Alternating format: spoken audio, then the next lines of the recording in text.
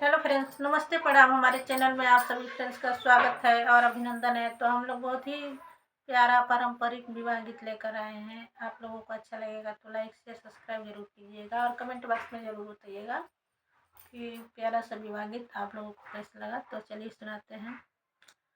पटना के सिंदूरा महंगा भइले बाबा हो, सुनारी भइले अनमोल हो।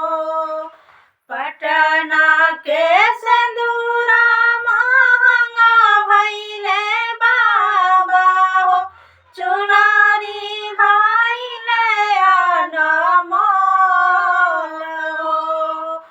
के मोहे देला हो ना धन सोनावा, के देला नहर पटोर हो।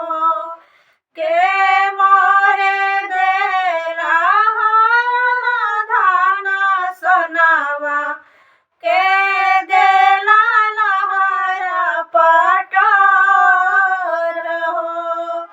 के मोहे देला हो चढ़ाने के घोड़वा, के ई जहरवा के गाठ हो। के मोरे देला हो चढ़ाने के घोड़वा, के ई जहरवा के गाठ हो।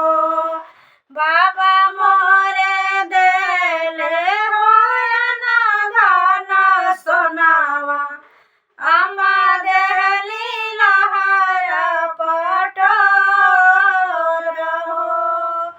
बाबा मोरे देले हो ना धन सोनावा, अम्मा देहली लहर पटोर हो।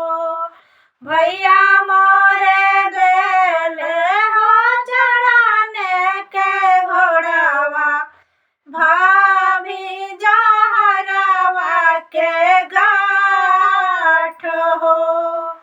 भैया मोरे देले हो चढ़ाने के घोड़वा, भाभी जहरवा के गाठ हो।